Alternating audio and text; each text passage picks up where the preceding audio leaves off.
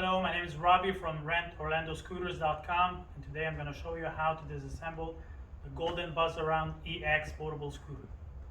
First, you want to fold the seat down, grab it, lift it up.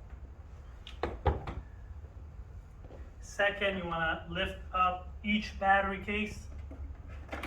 First one, second, basket, same thing, up. Then you want to unscrew the knob and fold the steering down and tie it back. And last, grab the handle in the back and lift it up. So now you can use the steering as a handle, grab the scooter. Same thing for the back. Now you want to put it back together. Front piece.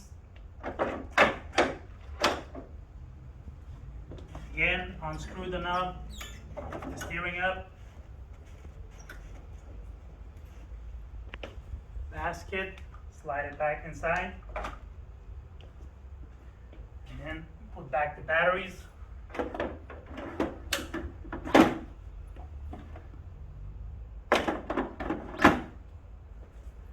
Last, the seat.